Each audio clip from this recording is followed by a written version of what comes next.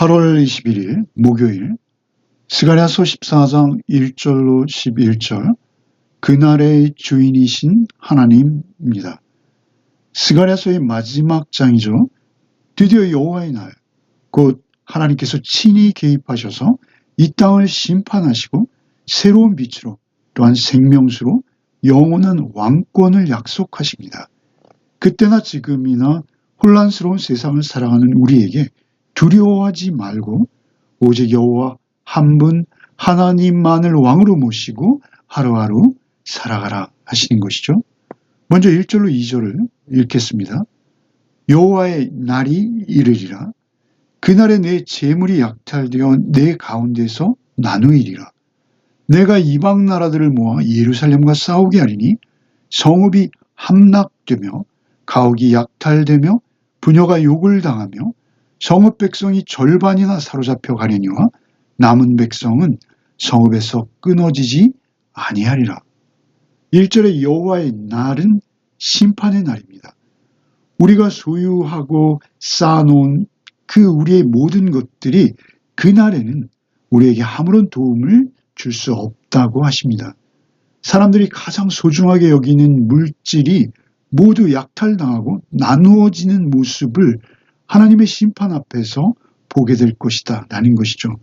어떤 인간의 소유도 그 소유한 인간을 안전하게 지켜주지 못한다라는 것입니다. 결국 자기만의 세계를 구축하고 물질에 집착하는 삶은 허무하다 경고하시는 것이죠. 그렇게 영원한 가치, 하나님 나라의 가치를 추구하며 살라 하시는 것입니다. 2절은 전쟁의 비극적인 상황을 더욱 구체적으로 생생하게 보여주십니다. 인간의 탐욕의 끝이 이르면 얼마나 무섭고 끔찍한 일들이 일어날 것인가 보여주시는 것이죠. 그러나 동시에 남은 백성이 있습니다. 그들은 끊어지지 않을 것이다 약속하십니다. 성읍의 절반이 사로잡혀 갈지라도 하나님의 은혜로 남은 자들은 구원을 얻게 될 것이다 약속하시는 것이죠. 여기서 여호와의 날은 분명 종말의 날이지만 또한 우리 삶 속에서 예기치 못했던 재난 또는 고난이 마치 종말의 날처럼 우리에게 개인적으로 갑자기 닥쳐올 수 있습니다. 그럼에도 우리는 성실히 하루하루 살아가며 이 땅의 것만이 아니라 하나님 나라의 영원한 가치를 추구하며 사는 것입니다. 주님을 의지하는 삶을 살고 있다면 그에게는 소망이 있는 것이죠. 그에게는 오히려 심판의 날이 구원의 날이 되는 것입니다. 오늘도 더욱 주님 한 분만을 의지하며 그 받은 사랑으로 서로 사랑하고 더욱 섬기며 하나님의 나라를 살아내는 복된 하루가 되시기를 바랍니다. 3절로 5절을 읽겠습니다. 그때 여호와께서 나가사 그 이방 나라들을 치시되 이왕의 전쟁 날에 싸운 것 같이 하시리라. 그날에 그의 발이 예루살렘 앞 곧 동쪽 감람산에 서실 것이요 감람산은 그 한가운데에서 동서로 갈라져 매우 큰 골짜기가 되어서 산 절반은 부로 절반은 남으로 옮기고 그 산 골짜기는 아셀까지 이르리라. 너희가 그 산 골짜기로 도망하되 유다왕 우시야 때 지진을 피하여 도망하던 것 같이 하리라. 나의 하나님 여호와께서 임하실 것이요 모든 거룩한 자들이 주와 함께 하리라. 이 3절에서 5절에 하나님께서 직접 대적들을 물리치시겠다 하시는 것이죠. 특별히 4절에 그 물리치는 방법은 감람산의 서심으로 이루겠다 하십니다. 감람산은 예수께서 승천하신 장소입니다. 예수님께서 감람산에서 승천하셨을 때 사도행전 1장에서 천사가 너희가 본 그대로 다시 오리라 약속의 말씀을 전하셨죠. 예수님께서 다시 오실 때 감람산이 갈라지는 사건, 이것은 주님의 재림이 얼마나 강력하고 압도적인지 그 상징으로 보여주시는 것입니다. 이 지진의 사건은 모든 대적을 멸하시고 구원의 길을 여시는 하나님의 권능을 드러내는 동시에 심판의 날이 단순히 영적인 사건이 아니라 물리적이며 실제적인 사건이 될 것이다 라는 것을 똑똑히 보여주시는 것이죠. 특별히 5절에 이스라엘이 모두 기억하는 한 사건, 곧 우시야 왕 때 지진을 상기시키시고 종말의 심판이 이루어질 때 그 산이 갈라져 골짜기를 이룰 때 모두 두려움으로 크게 떨 것이지만 거룩한 자들은 주님과 함께할 것이다 하십니다. 거룩하다라는 것은 우리가 지금까지 보아온 스가랴서가 보여주었던 그 죄사함을 받아 세상과 구별된 하나님의 백성의 상태를 말하는 것입니다. 그것을 거룩이라 하는 거죠. 그들은 주님의 편에 서서 영광스러우신 주님의 모습 앞에서 주와 함께 주님의 승리를 경험할 것이다 말씀하십니다. 6절로 8절을 읽겠습니다. 그날에는 빛이 없겠고 광명한 것들이 떠날 것이라. 여호와께서 아시는 한 날이 있으리니 낮도 아니요 밤도 아니라 어두워갈 때 빛이 있으리로다. 그날의 생수가 예루살렘에서 솟아나서 절반은 동해로 절반은 서해로 흐를 것이라. 여름에도 겨울에도 그러하리라. 6절에 그날에 빛이 없겠고 광명한 것들이 떠날 것이다 하시죠. 결국 종말의 날에는 온 세상의 질서가 깨질 것이요 빛과 광명이 사라져 완전한 혼돈과 무질서, 절망의 상태가 될 것이다 하시는 것입니다. 여기에는 인간이 세운 질서와 지혜, 능력도 빛의 일부로 포함되는데 이런 것들이 이제는 아무 쓸모 없어질 것이다 하시는 것이죠. 그리고 이제 7절에 대반전이 일어나는 것이죠. 여호와께서만 아시는 그날이 이르면 낮도 아닌 그리고 밤도 아닌 우리가 알고 있는 빛이 사라져버리고 그곳에 전혀 새로운 빛, 오히려 신비로운 새 빛이 있게 될 것이다 하시는 것이죠. 이것은 오직 하나님 한 분만이 유일한 빛이 되셔서 우리의 사고로는 알아볼 수도 없는 그런 새로운 빛으로 우리가 보게 될 것이다 하시는 것이죠. 심판은 낡은 질서의 끝입니다. 그러나 또한 새롭게 신비로운 빛으로 전혀 새로운 시작이라고 말씀하시는 것이죠. 8절에 그날에는 생수가 예루살렘에서 솟아나 절반은 동해 절반은 서해에 흐를 것이요 여름도 겨울도 계속 흐를 것이다 하시죠.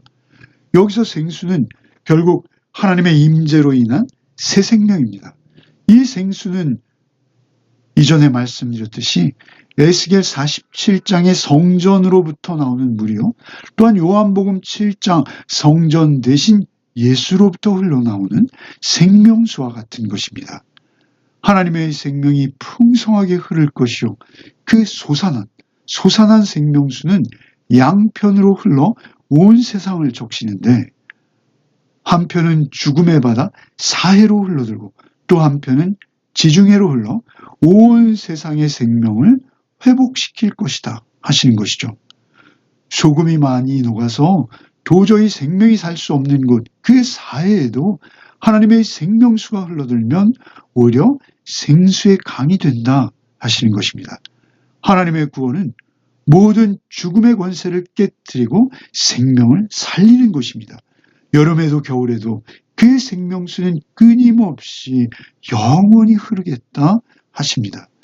빛도 생명수도 오직 하나님과의 관계 속에서만 영원하며 그 종말의 마지막 때가 와도 그 생명의 근원 대신 하나님만을 바라보고 있다면 영원한 생명으로 살게 될 것이다.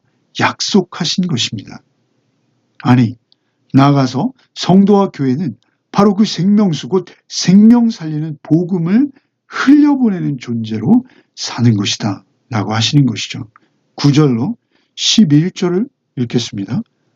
여호와께서 천하의 왕이 되시리니 그날에는 여호와께서 홀로 한 분이실 것이요 그의 이름이 홀로 하나이실 것이라. 온 땅이 아라바같이 되되 게바에서 예루살렘 남쪽 림몬까지 이를 것이며 예루살렘이 높이 들려 그 본초에 있으리니 베냐민 문에서부터 천문자리와 성 모퉁이 문까지, 또 하나넬 망대에서부터 왕의 포도주 짜는 곳까지라. 사람이 그 가운데에 살며 다시는 저주가 있지 아니하리니 예루살렘이 평안히 서리로다. 9절에는 여호와께서 친히 왕이 되실 것이다 선언하십니다. 이스라엘 백성이 하나님의 왕권을 배척하고 사람을 왕으로 세우기를 기뻐할 뿐 아니라 그 후에도 어떤 때는 아수르, 어떤 때는 애굽, 어떤 때는 수리아를 의지하며 하나님께 돌아오지 않았죠. 결국 그들은 바벨론으로 가게 되었습니다. 그러나 이제는 하나님께서 그들을 돌이키시고 그들의 왕으로 직접 임하셔서 그들과의 관계를 전혀 새롭게 하시는 것이죠. 홀로 한 분이시요 그 이름이 홀로 하나 되신다라고 하시죠. 이것은 사람들이 하나님을 잘못 알고 미신도 많았고요. 그릇된 종파도 많이 있었습니다만 이제는 하나님을 참되게 알게 될 것이다. 이렇게 말씀하시는 것입니다. 예루살렘은 온통 아라바와 같은 평지로 둘러싸일 것이요. 성의 동서남북 모든 면이 높이 들려 굳게 설 것이다 하시는 것이죠. 예루살렘은 이제 더 이상 수모를 당하지 않을 것이요. 안전한 도성이 될 것이다는 것이죠. 여기서 예루살렘은 단순히 어떤 지리적인 예루살렘이 아니라 우리가 함께 나누었던 그 계시록 21장의 새 예루살렘으로 이어지는 것입니다. 그것은 오늘날 이 땅의 우리 교회요. 이 공동체, 교회 공동체가 완성되는 날까지를 포함하는 말씀입니다. 이제 그 새 예루살렘에는 다시는 저주가 없고 평안히 살게 될 것이다 약속하시는 것이죠. 스가랴서는 우리 마지막 날 생애의 주인은 오직 한 분 하나님이시다 라는 것을 강조하고 또 강조하는 것입니다. 세상이 흔들리고 모든 소유가 사라질지라도 주께서 새빛과 생명수로 우리를 살리시며 영원한 왕으로 다스리신다 말씀하십니다.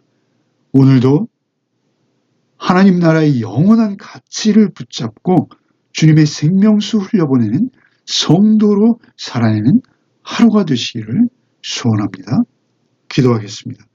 주님, 오늘도 우리의 마음의 왕자를 차지하실 분은 오직 주님 한 분이심을 고백합니다. 우리 왕좌에 주님 홀로 좌정하시고 오늘도 우리를 홀로 인도하여 주시옵소서. 세상 것은 흔들리지만 마지막 날 예루살렘의 시민으로 설 우리는 흔들리지 않게 하실 것을 믿습니다. 오늘도 오직 주님의 빛과 생명수로 충만케 하셔서 우리의 주변이 아무리 흔들려도 우리는 굳건히 서서 오직 그 생명수 흘려보내는 삶을 살아내게 하여 주시옵소서. 마지막 날 새 예루살렘의 시민으로 안전하게 거하게 하실 주님만을 소망하며 하루를 살아내게 하여 주시옵소서. 우리 구주 예수 그리스도의 이름 받들어 기도하옵나이다. 아멘.